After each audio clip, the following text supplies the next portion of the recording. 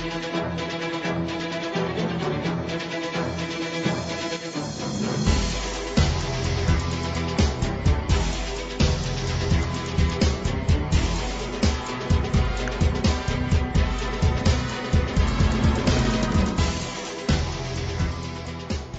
everybody, to the NFL show on the Grilling Truth Sports Network. I am your host for the NFL show, Mike Goodpaster. Right now, I want to welcome in my co-host from the FF Faceoff, Anthony Cervino. How you doing, Anthony? What's going on, Mike? Not much. We got a little bit of news today, and we're going to start off in Washington, where they have decided to hire Ron Rivera, and this is following a day of change in the nation's capital that saw the Redskins president and general manager Bruce Allen fired after 10 seasons spent in the team's front office. Combined with Rivera's arrival, Allen's removal creates a little intrigue here in regards to the way the organizational hierarchy is going to be run in Washington, Anthony. Yeah, no big surprise on Bruce Allen. I think this was the direction that we're going to go in all along, but I think you said it great yesterday, is that the fact that the Redskins are going to hire their coach, and they have, before a general manager, it is a little bit backwards, but I think Doug Williams, who's been in that organization, he's going to play a big role, or he has played a big role in this hire, and there's a chance Doug Williams could be promoted into that general manager role. Yeah, and I think this is a little bit of what they did with Mike Shanahan when they brought him in right at the start of Bruce Allen's, where they gave him more player control, which I don't think is necessarily a bad idea, but it seems like a bad idea to hire the head coach before the GM. People like Ron Rivera. I'm up in the air on Ron Rivera because he has only those 3 winning seasons and that Super Bowl appearance in 9 years. Yeah, and when you look at Rivera, though, the question there is, with his defensive background, you got to consider that. They've got the number 2 pick in the draft, so do you think that they go with a guy like Chase Young from Ohio State? They have their quarterback, we think, in Dwayne Haskins. I don't think that. You might think that, but I don't. That's why I say we think, because we don't know. I'm not a big Dwayne Haskins fan, but they drafted him in the first round, so whether we like it or not, he's going to be the guy, at least for the next year or two. So they're not going to go quarterback. If they don't draft a player, would the Redskins, given their lack of talent, would they be wise to trade back? I think they would, unless you're convinced Chase Young is a Lawrence Taylor type player, but I don't think he's as good as the Bosa brothers. When I watch him, he's got great hands, he's really explosive, but in teams that were, better offensive line-wise, his last 3 games of the year, he was not the dominant player he was when he was playing Indiana and teams like that. So I don't know that he is such a cut and dry case the way other people think he is. But I do think for Ron Rivera, I'm not convinced he's a good head coach. I think he's a brilliant defensive coordinator. But, more often than not, guys fail at that level anyways, being a head coach. And I think that 9 years at a place, even with a Super Bowl appearance, only 3 winning seasons, I don't know why people are so quick to jump on him. They didn't even blink. Yeah, and my question is, was this already done a month ago? If you know what I mean. To me, and I know you're not a Mike McCarthy fan either, I like Mike McCarthy. Why not kick the tires on Mike McCarthy if you're going to go with a guy who's been with the team for 9 or 10 years? McCarthy has had a lot of success in Green Bay, won a ton of divisions, a ton of games, and a Super Bowl. Why not go that direction? Well, let's remember this, though. The division McCarthy played in usually was not really tough. And the thing I would worry about is he never got along with Aaron Rodgers. Now, that could be more of an Aaron Rodgers problem than a Mike McCarthy problem. We don't know. But that worries me also. Yeah, it's a head scratcher, but I guess you can do a lot worse than a Ron Rivera. Yeah, Opie Taylor in Cincinnati. All right, the Chicago Bears are still Mitch Trubisky's team. Bears general manager Ryan Pace told reporters Tuesday Trubisky will definitely be the team's starting quarterback in 2020. Now, the key detail in all this, Anthony, I think, is 2020 will be Trubisky's fourth in the NFL. As a first-round pick, Chicago has a fifth-year option on Trubisky, but I would think Trubisky better put up a lot better numbers than what he did this past season. Yeah, it doesn't surprise me too much that they are going to go with Trubisky again. But I do think, and I've said this before on my show and this show, that if the Bears brought in a player like Ryan Tannehill, just almost as an insurance policy, just like what the Titans did, because the Titans were unsure on Marcus Mariota, they brought in that insurance policy, and Mariota had his usual slow start, and they gave him the hook. And the rest is history. I can see the Bears going in that direction. Yeah, and if they don't, they're crazy, and they're not going to win that division or make the playoffs again. I don't think Trubisky is the guy there. I still think a guy like Teddy Bridgewater or Andy Dalton would be a huge upgrade for them. And I think with a Bridgewater or a Dalton, they would become a serious playoff contender. What about Tyrod Taylor? What about Tyrod Taylor? Tyrod Taylor is not very good. He is a backup quarterback. You don't think that he would at least fit that insurance policy role? No, because... Can he be any worse than Mitchell Trubisky? Yeah, he can be the same. And the reason I say that is this. When you have no running game, your quarterback's got to be able to throw the ball down the field. And Tyrod Taylor is not a drop-back passer. He's not a great runner, but he can run the ball a little bit. But I don't think... He fits that offense. He fits that Trubisky role. Yeah, but that is not the role they want Trubisky to play.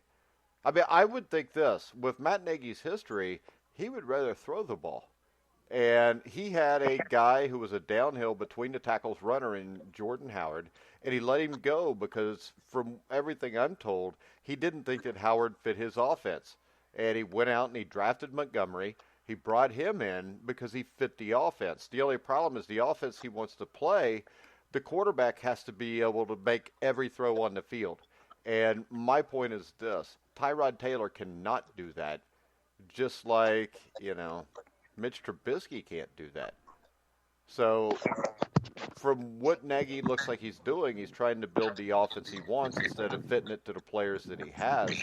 I think it's a bad idea, and I think Mitch Trubisky will be gone in Chicago after next year, and I think Matt Nagy will too. Yeah, if Nagy doesn't have success, he's done. Yeah, and by success, he's got to make the playoffs. Yeah, because they won 7 or 8 games this year. Yeah, I mean, even playing poorly, they won 7 or 8 games. And I still say this. You put Jordan Howard in that backfield all year, they'd have won 10 games. They'd have made the playoffs probably. Or at least been in it all the way with a chance. Yeah, it's tough to argue that. So, all right, let's move to Jacksonville, where Doug Marrone is safe. And Jags owner Saad Khan, I guess that's how you say it, but he announced Tuesday morning that they will be retaining both the head coach and the general manager. Khan said that I have met on several occasions over the past few days with Dave Caldwell, that's the GM, and of course head coach Doug Marrone, and their staffs to fully understand their plans to reverse our course and compete for a postseason berth in 2020. Khan said, in addition, I held numerous one-on-one meetings with players on Monday and thoroughly appreciated their candor and thoughtful views. Some expected, some not, on the season behind us and where we go from here. Khan noted that 2019 was unacceptable, including a second-half collapse. My problem is this. I don't think Doug Marrone was that good before. I don't think he's that good now. I don't care if the players spoke up for him or not. Those players should have maybe not quit at the end of the season for him. I don't hate the retaining of Doug Marrone. This is a coach that got the Jaguars, knocking on the door of a Super Bowl, 1/2 away, 1/4 away of the Super Bowl with Blake Bortles as their quarterback. And They then have what happened pieces. after that? Right, they collapsed this year. And no matter what you say about the players, Jalen Ramsey wanted out for a reason. Yeah, but that's Tom Coughlin. Probably. And he has made it known it was Tom Coughlin. But the fact that the players are speaking on behalf of Doug Marrone, doesn't that tell you something? I mean, don't you think players would speak up on behalf of Sean McDermott? Yeah, but they wouldn't have to because nobody's going to fire him. He's a good coach. I don't know. All I know is when I watch a team and you look at the effort, it's why I brought up what I did last year about McDermott and how I thought he was a good coach because even when that team was dead in the water, they fought their asses off for him. And I did not see that from Marrone. So, I mean, is this players coming in and saying Doug Marrone is a good coach, I want him to stay? Or are these players who maybe really like Doug Marrone and don't want to see him fired? See, but I think one of the biggest things that is getting overlooked, the Jaguars, they dealt with injuries. They dealt with injuries, from the get-go with Nick Foles. They lost Miles Jack at one point. They traded Jalen Ramsey. And even before the season, their best linebacker, Telvin Smith, retired. He was their leading tackler, I believe. He was a leader, and that was a big loss. So they had some key losses, which helped derail them. Well, I would say this. I think the Eagles and 49ers had a lot more injuries than the Jaguars did, and they still held on, especially the Eagles. Well, Carson Wentz. Yeah. Okay. Carson Wentz. And that's why the Eagles held on. I'm sure that Doug Marrone wanted Nick Foles, too. Or I would probably bet a fair, significant amount of money on it if I was a betting man. So maybe. I don't know. I just, my prediction is Doug Marrone will be gone at the end of next year. Joe Mixon. This is an interesting case, I think, because since he's a running back, we know how teams have been bit in the butt by signing running backs to long-term contracts. But obviously, Joe Mixon watched LSU and Joe Burrow the other night because he says he wants to be a Bengal for life. And he said he hasn't really thought about an expansion right now, but definitely it's time to start getting into it. I think this is a no-brainer for Cincinnati. I think you give him a 3, 4, 5-year contract. Yeah, Mixon is, for being in the league, 3 years, he's still a pretty young running back. And I think he has a lot of football ahead of him. Yeah, and I think through the first 8 games, the offensive line for the Bengals was absolutely horrible. He gained just 320 yards. But, I mean, he ended up running for over 1,000 yards on the season almost. And he led the AFC in rushing last year in 14 games. Yeah, so I think I think Joe Mixon is one of the top 3 or 4 running backs in football. Yeah, and if you put a competent team around him, if you put an offensive line that can do what they need to do, even if they improve and get to the middle of the pack. Yeah, and the sky's the limit for Joe Mixon. And this is the NFL. I mean, weird things happen. Maybe A.J. Green all of a sudden wants to get an extension. Maybe he's got something left. Maybe a year off helps him. You already got Tyler Boyd there. Tyler Eifert somehow, through the grace of God, made it through an entire season without getting hurt. You add a couple offensive linemen here. You add a couple linebackers. I mean, how many times we've seen teams go from being terrible to into playoffs the next year? I mean, Buffalo was terrible last year. Now they're in the playoffs. I mean, you know me, in the preseason, I thought the Bengals had a shot, and then they got bit with the injury bug. So talent's not the issue. They just need to stay healthy. I disagree. I they think need to bring in a few more pieces on that line. Yeah, I think talent was an issue because if your offensive line is as bad as what theirs has been, it doesn't matter what else you got around it unless you've got a Russell Wilson type quarterback. So the other question is this: with the Pittsburgh Steelers, there's a lot of quarterbacks that are coming out in this draft are pretty interesting that they could pick up in the first round. Do you draft well, they don't have a first round pick. They traded Fitzpatrick. So what did the Steelers do about a quarterback? Well, what's going on with Big Ben? Well, he's rehabbing his elbow. He's close to 40 years old. And eventually you've got to have a replacement. And I don't think that there's going to be a Duck dynasty in Pittsburgh. That's a pretty good line. Write that down. I saw a report today saying that Mike Tomlin is comfortable with Mason Rudolph. I don't buy it. He can't be. I mean, this is the thing. When you're bringing in Duck for Mason Rudolph, how comfortable are you with Mason? Because you would have just left him into play, right? Right. Well, he saw that was a mistake and tried to go back to Mason, and Mason ended up getting hurt. Yeah, and Tomlin did say that he was comfortable with Rudolph. He says, I'm disappointed that he missed the amount of time that he did. Injuries are a part of the game. He had an opportunity there to grow in a lot of ways and get a lot of experience. He missed some time due to injuries, performance, both, but I am comfortable with Mason Rudolph.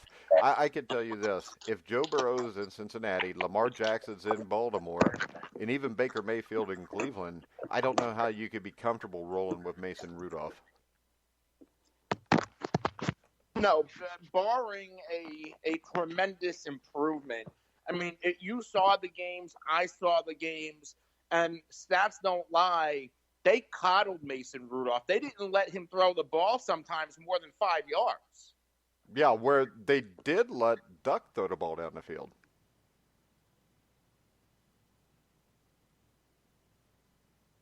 You there? No, I'm here. Okay. But they let Duck throw the ball down the field more than they did Mason Rudolph. Either that or Duck just did it anyway. Yeah. All right. Here's a little... we both said about the quarterback situation in Pittsburgh. If the Bengals move on from Andy Dalton, that would be the fit. Yeah, I think it would. It'll piss everybody off in Pittsburgh until they actually see what he is. But you know what? The Steeler fans that I know that aren't morons, and there's like 3 of them, every one of them thinks it's a good idea. And it's kind of the same thing with the Bears. Bears fans that I know that know anything about football would all love to have Andy Dalton. It's your regular fans that don't, because I don't think people realize what they see when they see Andy Dalton. And he's a solid starting quarterback. I'm not going to say he's top 10, but he's a solid starter.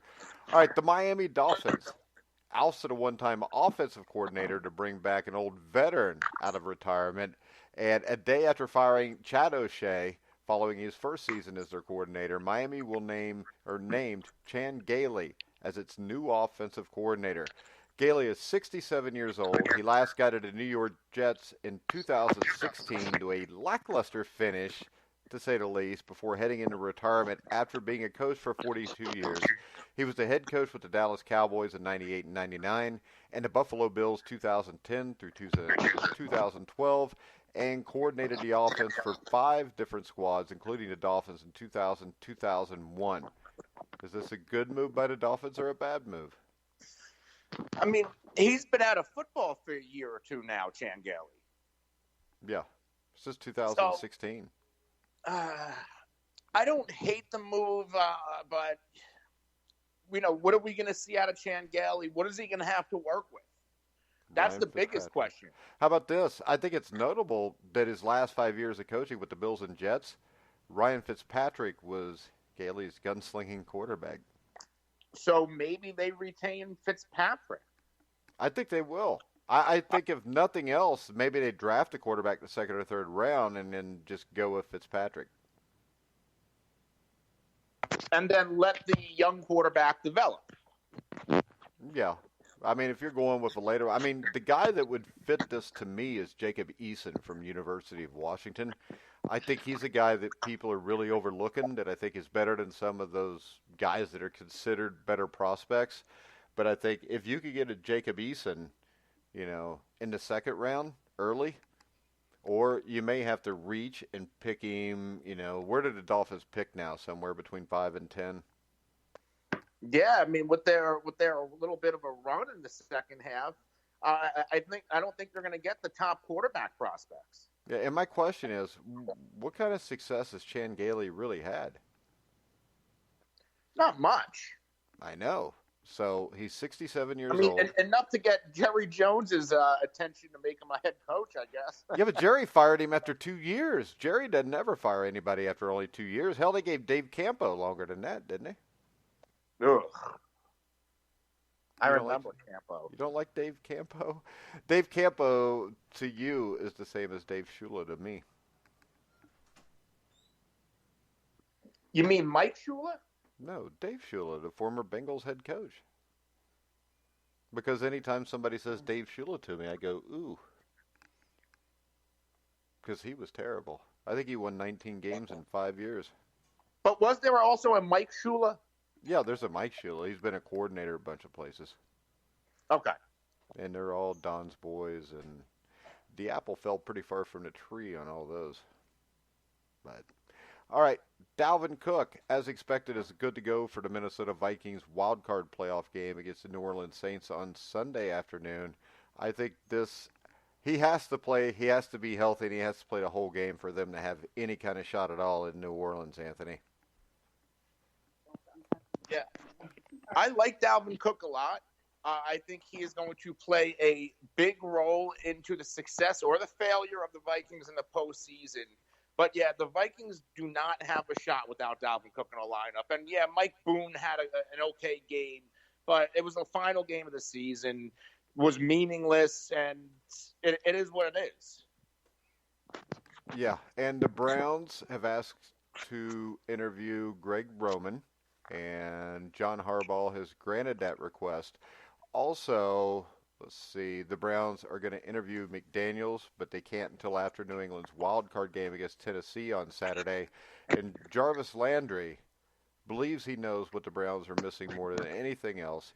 And I believe Jarvis Landry has nailed this. When they asked him, he just gave one word, and the star receiver on Monday said leadership.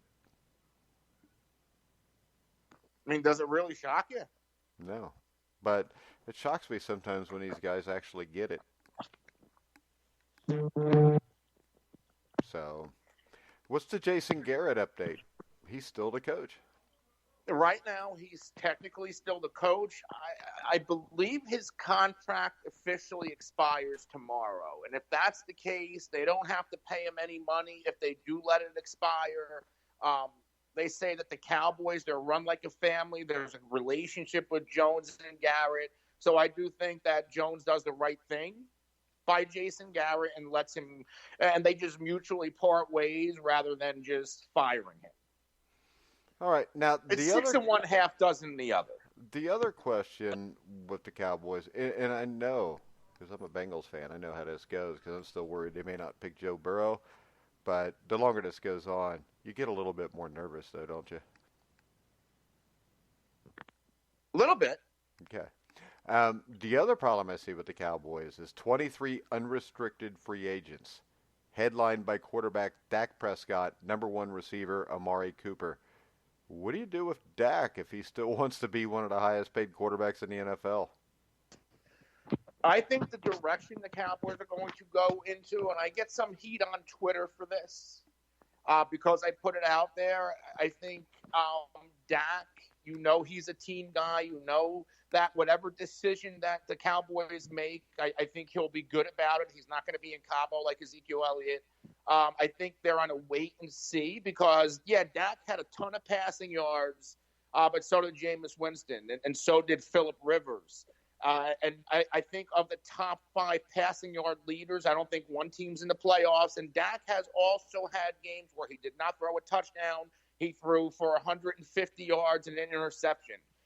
The smart thing is to sign Amari Cooper, franchise tag Dak, and see how he gets along with the new regime. So do you really think Amari Cooper is worth being paid one of the best wide receivers in football? I don't know if he's going to get paid like one of the best, but he is going to get paid, whether it's by Dallas or somebody else. But he's going to want to get paid like he's one of the best. I mean, he's not going to get paid Julio Jones money. not what I said. He said I said he's going to want to get paid like he's one of the best. Right. Okay. And I have no problem with that. He's a number one wide receiver in the NFL. No, he's not. He's nowhere near a number one. Right? Not a number one wide receiver you can win anything with. I will go back to this, and it's the same thing I've been saying since last year when you were happy he was there. He disappears in the biggest games. And especially on the road, does he disappear, or does ballsy play calling disappear? Ballsy play calling. Well, Yeah, they're still throwing the ball 25 times in the games where they're just running the ball. Okay, and then, you're and complaining about Mike, you're complaining about throwing the ball was too on much. the injury report and getting MRIs every week. Huh? He was on the injury reports and he was getting MRIs on something every single week. So? You know he's durable. He's played through injuries all season long. So I'm not going to put this all on Amari Cooper. Why? He played. If you play in the game, you're healthy enough to play and be successful. If you're not, you can't come back and say, well, I got an MRI last week, so I can't play well this week. But he's not BS. saying that. I'm saying that. I know, it is crap. I mean, you got to expect something. I mean, nothing's expected in Dallas. Everybody just expects to show up, have a lot of talent, and win. I'm sorry, but I will say this right. Amari Cooper is not the guy you want if you want to win a Super Bowl as your number one wide receiver. Because the last 3 years, he wasn't hurt constantly, playing hurt. He just disappears in big games. What are his stats on the road compared to at home? Oh, his home away splits are they're atrocious. Okay, that's not a number. You need an elite number one wide receiver to win a Super Bowl. You don't, and you know that. You need a player that makes plays in a big situation. You know, Julian Edelman is a number one wide receiver. Even though he may not be playing on the outside very often, he's a number one wide receiver because when the game matters, and when the game matters the most, he'll make the play. That's what a number one receiver is to me. Do you think that Julian Edelman would still have this success if he was anywhere else? No doubt. He may not have as much because he fits that offense perfectly, but I don't think Julian Edelman is a Wes Welker. I think Julian Edelman, if you watched him in his college career, he is a tough dude. And, I mean, this is a guy that was an option quarterback in college, which means you're getting the crap beat out of you all the time. And I think he runs great routes, and he is one of the quickest, fastest wide receivers in the NFL. And I don't think people give him credit for that because, for lack of a better term, he's white. I mean, he's actually, to your point, yeah, go ahead. Isn't he like right behind Jerry Rice all time in the postseason? Yeah. To me, that's a number one wide receiver. I mean, I don't know what more you need because to me, when I talk about somebody being a number one wide receiver, I'm not just talking about, oh, they catch for a lot of yards. What I'm saying is this. A number one wide receiver to me is we're week 12 and we're in Green Bay and it's 5 degrees below zero and it's 4th and 7.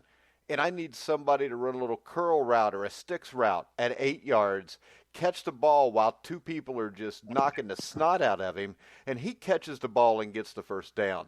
To me, that's a number one wide receiver. When I look at Amari Cooper, I don't see a man that can do that.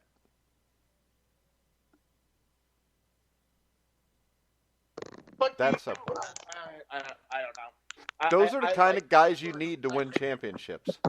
There's very few guys in Dallas you can win a championship with. But wouldn't the right coach change that? No, because he's what? Almost 30 years old? Who? Amari Cooper. No. Okay, so he's not like 27 or 28. He's been in the league for at least 3 or 4 years. Let me look this up. I mean, the point is, he's a grown-ass man. He's 25. Yeah, he's a grown man. I'm not going to be able to come in as a head football coach and give him courage because you just don't give people courage. Courage is developed over your entire lifetime. And this is the thing. If you give me a kid at 10 who's scared, yeah, I could make a difference. And maybe when he's 18, he's a badass. But if you give me a guy at 25 who doesn't have the intestinal fortitude to make the big play, me coming in and talking to him is not going to give him that. courage is innate. You could bring courage out of people, but not very many. Because most people that have courage, you don't have to bring it out of them when they're 25 years old. And I think Amari Cooper is a great wide receiver. And if you go on talent alone, sure, he's a number one guy. But all I'm telling you is this. If I'm at 4th and 7, I'm going to throw the ball to Jason Witten. And I think you would too. And I think Dak Prescott would also. After all the drops this season, even Michael Gallup, between Cooper and Gallup, they had a lot of drops. They make a lot of plays, but they also let you down. So I get your point to an extent. Well, and my question is this. But also, this team, Dak Prescott, when you have Ezekiel Elliott, and let's even include a Tony Pollard, who has shown that he's an explosive runner, you shouldn't be throwing the ball 45 times a game. No, you shouldn't. But the problem is this.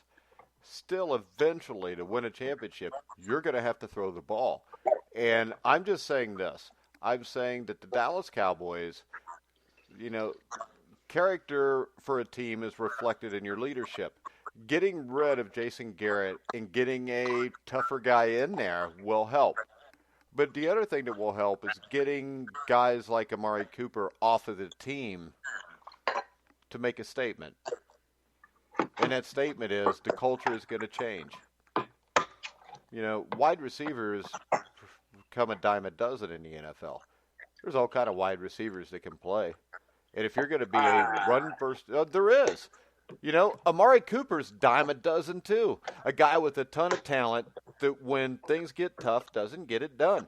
I would sign Dak Prescott. Last year, going into 2018, they had that approach.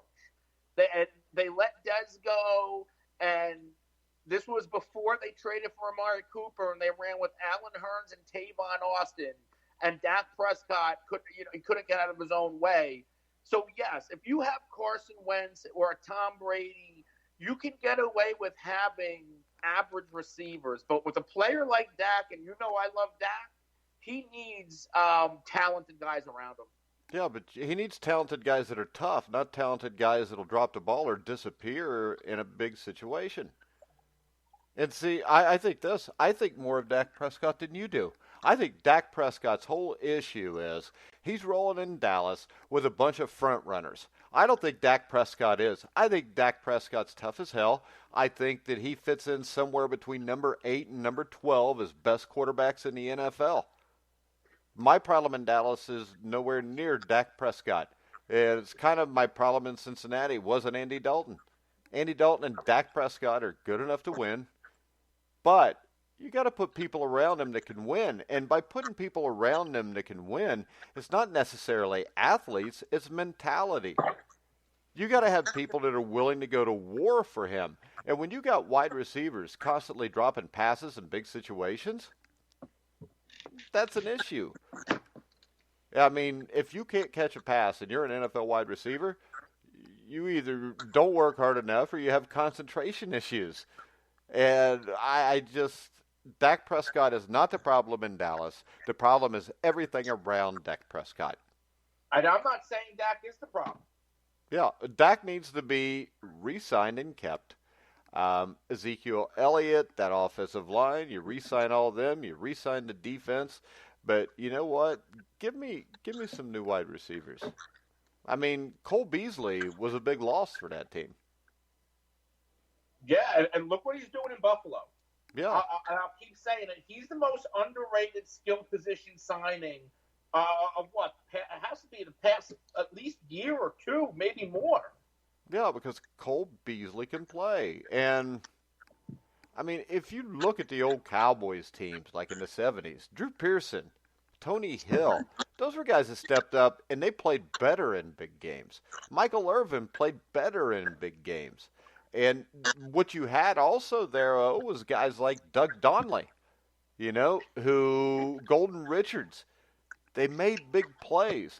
I mean, people get so caught up with how fast this guy runs the 40. And they forget that the most important thing to being a wide receiver is not how fast you run a 40. It's two things. Well, no, it's two things. And number one, the ability to read a defense to get open, run perfect routes, and then catch the ball. What we're looking for is somebody to, as fast as they can, run somewhere, turn around, and catch the ball. It's not how it works. And we've talked about how Dak Prescott doesn't throw receivers open. So if you can't throw a receiver open, I mean, Cole Beasley's your number one, not the guy that doesn't catch the ball. I mean, because Cole Beasley will catch the ball in traffic if you can't throw him open. Amari Cooper, you know, you can't throw him open anyways because you're Dak Prescott. I just think that this offense for them needs to be built with the offensive line, with Ezekiel Elliott, 3 or 4 solid receivers that run good routes and catch the ball, and they need to go out and they need to smack people in the mouth. So what you're describing the rumor that I saw today, which is Greg Roman to Dallas. Yeah, and like I said, I don't hate the Greg Roman to Dallas thing. It's just Greg Roman hadn't been a head coach, so you always have that question. But yeah, I mean, Greg Roman would be a pretty good hire. I mean, I think Greg Roman or Eric Bieniemy are the two best choices out there for people that want a head coach. I think Bieniemy is the best hire, but I think for Dallas' situation, from everybody out there right now, Greg Roman's the best hire.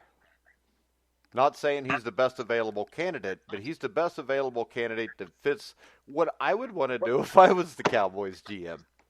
Right. No, I agree. Yeah. Because they are built to run the football. Yeah. But this is the thing. Greg Roman comes in with, you got to be able to do more than run the football. And he's proven that, let's face it, and I'll say it right now, Dak Prescott is a lot better than Lamar Jackson simply as a quarterback. Now, he don't run like Lamar. Lamar brings other things that Dak doesn't have. But if right now you told me you're the GM of an NFL team, who do you want as your quarterback, Dak Prescott or Lamar Jackson? And people will call me crazy, and I don't really care. But the way I want to play football, I'm taking Dak Prescott. And yet people will call you crazy for that. I don't care. Look at you sideways a little bit, but I get it. I get what you're saying. Well, you know what? A couple years ago, when I told people that Mitch Trubisky and Jared Goff sucked, I got all kind of hate mail there too. I don't get that anymore. That simple. So let's wait to see how this plays out over the next 3 or 4 years. And once again, if I wanted to play football the way Lamar Jackson does, I would take Lamar Jackson because him and Josh Allen are the two guys most adept at doing that. All I'm saying is the way I would want to play is I want to line up and I want to smack you in the mouth. I want to go, I want to play a little play action. I don't want to put all the weight on Dak Prescott's shoulders. I want to put the weight on Ezekiel Elliott and the offensive line. Because if I do that, it takes the heat off of Dak. It frees Dak up to play more freely, and I think Dak would be a much better quarterback.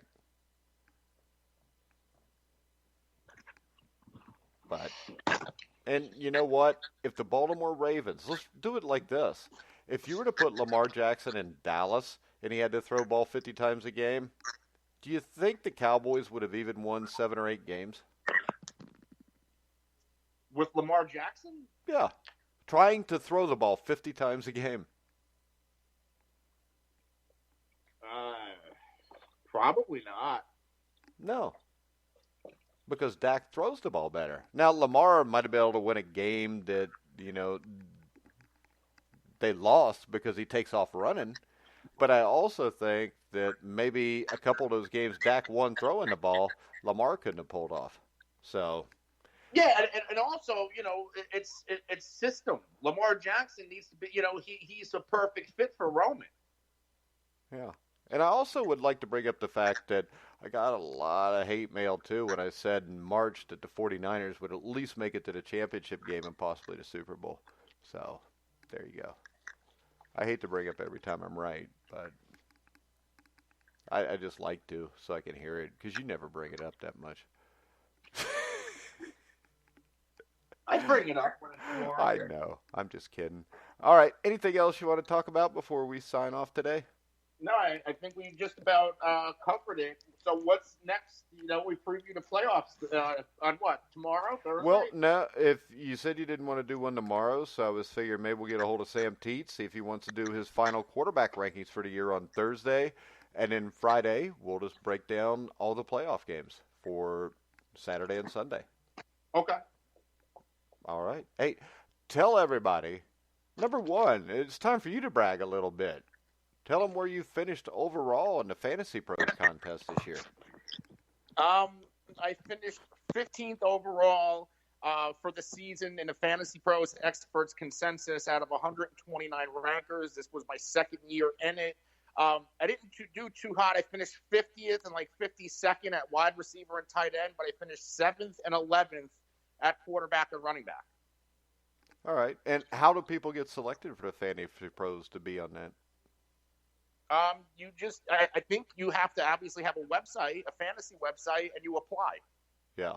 But I went in it through the website that I'm a senior writer over at Gridiron Experts, and that's how I got into the ECR. All right. Tell us where they can find a Fantasy Face-Off, because I can tell you this. If you're looking for a Fantasy Face-Off show, there's already one on thegruelingtruth.com this morning that you can find by going to The Grueling Truth. But tell everybody when you're doing your next show and where they can find you guys. You can follow me on Twitter at The Real NFL Guru, and you can follow the show at the FF Face-Off. We can be found at all the top social media podcast platforms and YouTube. We put out the Black Monday show yesterday, and we might be doing another show today, if not on Thursday, definitely. All right, guys. You can follow The Grueling Truth at Grueling Truth. You can hear us wherever you find podcasts also, including Spotify, iHeartRadio, iTunes, TuneIn, Spreaker, Stitcher, anywhere. Just go into Google and type in The Grueling Truth. You'll find us. So we will be back Thursday with some quarterback rankings with Sam Teets and any breaking NFL news over the last day or two to check out. So make sure you come back Thursday at noon. But for now, for Anthony Cervino, I'm Mike Goodpaster. You've been listening to The Grueling Truth, where the legends speak.